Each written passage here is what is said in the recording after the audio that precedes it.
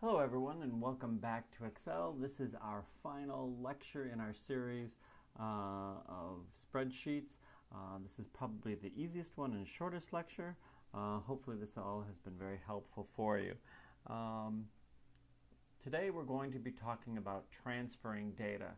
And when we talk about transferring data, we are talking about exporting a data to other programs and other formats. We're also talking about importing data from other programs and formats, and also looking at ways of saving formatted data can be viewed on the web or HTML or in Microsoft Word, PowerPoint, things like that. So we'll look at these three areas. First, let's start out by looking at importing data. There are many types of data that can be imported into Excel.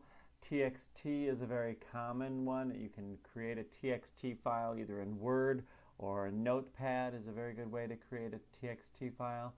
And then there's also something called a comma-separated value, where you have values that are separated by commas, and we'll look at that in just a minute.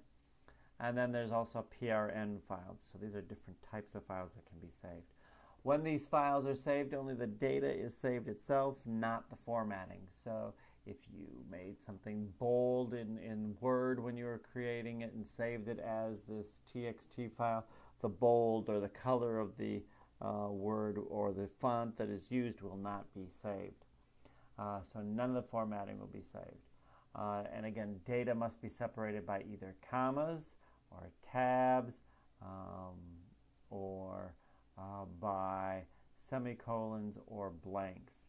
MS Word files would need to be saved as a TXT. So when you do the save as, select the TXT, not the document file. That will not work for us. Okay. So to import a file, we would click File in Excel, click Open, and choose the type of file we have and follow the wizard Import. So let's do this. This is what we're going to be doing. We're going to be looking up and, sorry about that. We're going to be opening a file that I've created in Notepad with some data of time versus voltage. And it will be brought into Excel and into this cell format. So let's look first at this Notepad file. Here we have the Notepad file that I was talking about. It's a little different than the one that you see in the screen here with the 0 comma. This one doesn't have commas. It is separated by a tab. So you see as I click between the 0 and the 10, you see my cursor quickly goes over. So it's all been tab separated. So if I did something like 11 and then I click the tab, I could put some other value, 0.0, or sorry, 0.060 or something like that. It's going down. Okay, so that's what I can do. Now let's look at actually importing that into Excel. Okay, I'm in Excel now. I'm going to select File, and I have the Open, and I'm going to browse for what I want to open. Right now it's looking for all types of files. I know I really just want a TXT file, so we can do all files. Here's a TXT, text files, PRN, and comma-separated value files. Let's select that, and I will now go to my section where I have this file located. It's in Excel, and it is in the data transfer. So you'll see right here on top is the capacitor data. I'm going to select Open, and it comes up with a text import wizard, and it shows steps 1 of 3 currently. And it's saying how the file, the type of file that I have, is it delimited or is it fixed width? So I could use some fixed width type setup, but this one is delimited, such as commas or tabs in each of the fields. So right here's what we have below. So we see that it is that. My data does have a header on it. I'm going to start in this first row and we'll go next. And you'll see right away it notices the tab. If I take the tab away, it brings it all together. If I did commas or semicolon, comma, no, it's not doing anything. Spaces, space, nope, and other, nope. The only thing that this one has is tabs, and you see that it creates these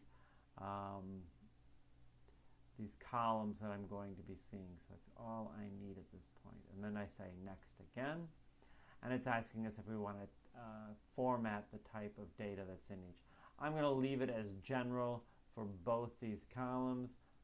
Just kind of leave it that way and say finish. And when I click finish, it will bring it into my Excel file here.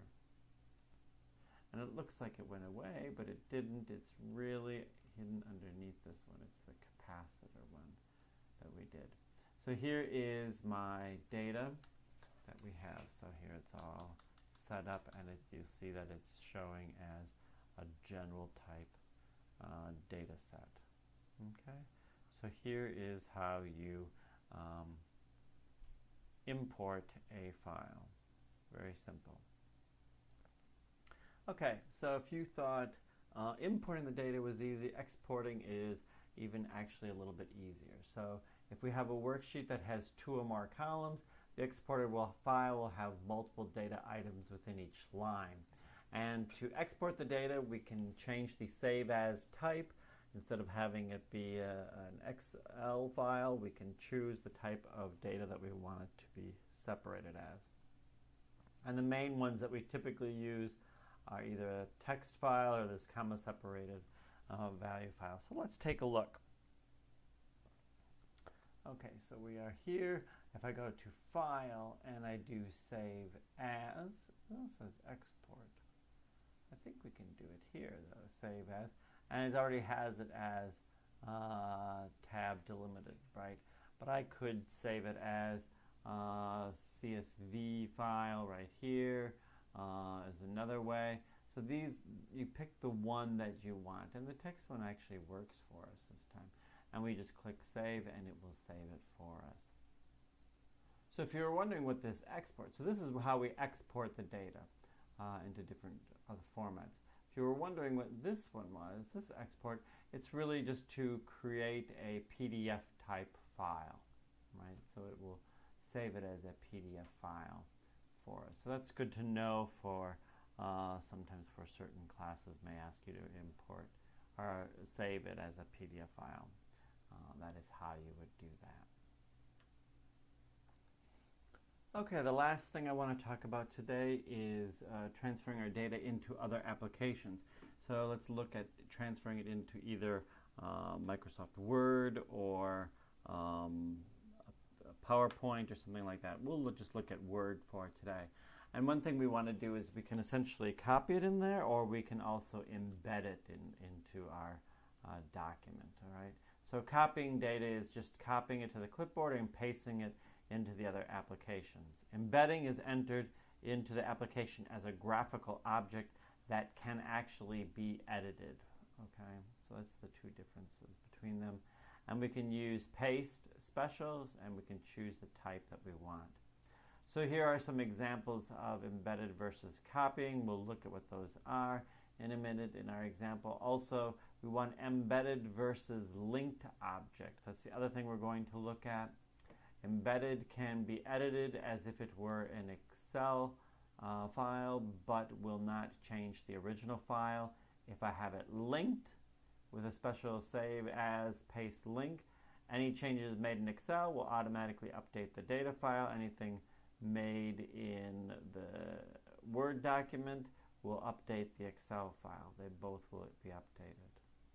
Some other options we can do is we can choose to paste linked charts, graphs into other types of formats, such as bitmap or JPEG type files. And that's really it on this. We're going to take a look at how to do this right now. Okay, we're back to our Excel file, and I'm going to be working with the Excel file and with our Word file. So I'm just going to be flipping between these two.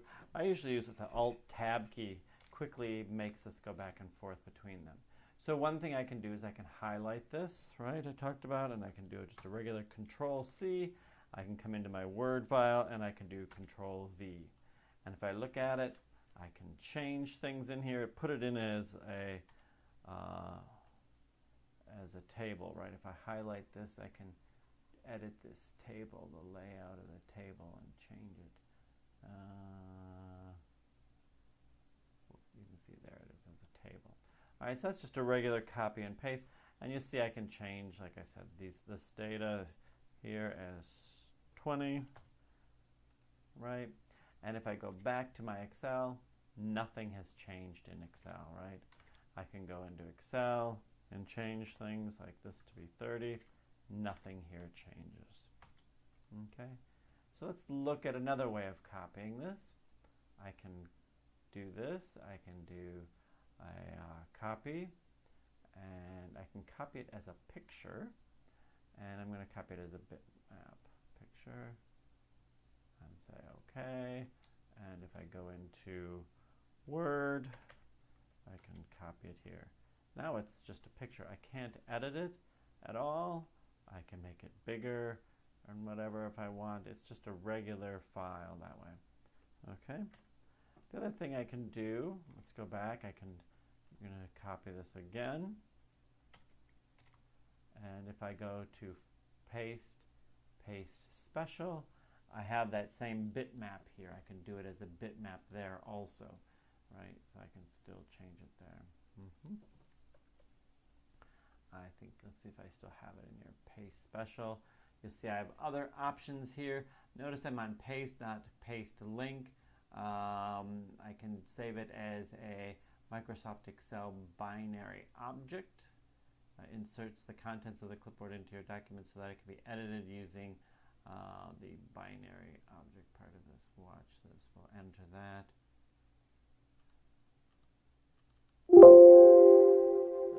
Can open the document. Use it as okay. So it's really just going to let it be there for me this way. I guess I can't edit it like I thought I could. So it's kind of, that one's almost the same as a picture also. Okay. Let's see what else we have. Let's go back, make sure we have this copied. The other one I really want to show you, so paste special. The other one I want to show you is this paste link. And this one I want to paste as a Microsoft binary object. Okay. So if I click paste there, I don't think it likes that the other file is where it is. Let's see something here. It did update it. See, if I change this one, they're linked. You'll see I can change those and they change in here. I should also be able to edit this also. Update link. It's not allowing me for some reason. Normally it will. I think if I saved it onto the computer, I could do that. But it is allowing me to change things in here, and it is changing it in my other one. Normally if I have one and it will I can change here, it will update the other. For some reason something's happening with that, but it's not a big deal. But this is the main ways of changing or copying into a Word document.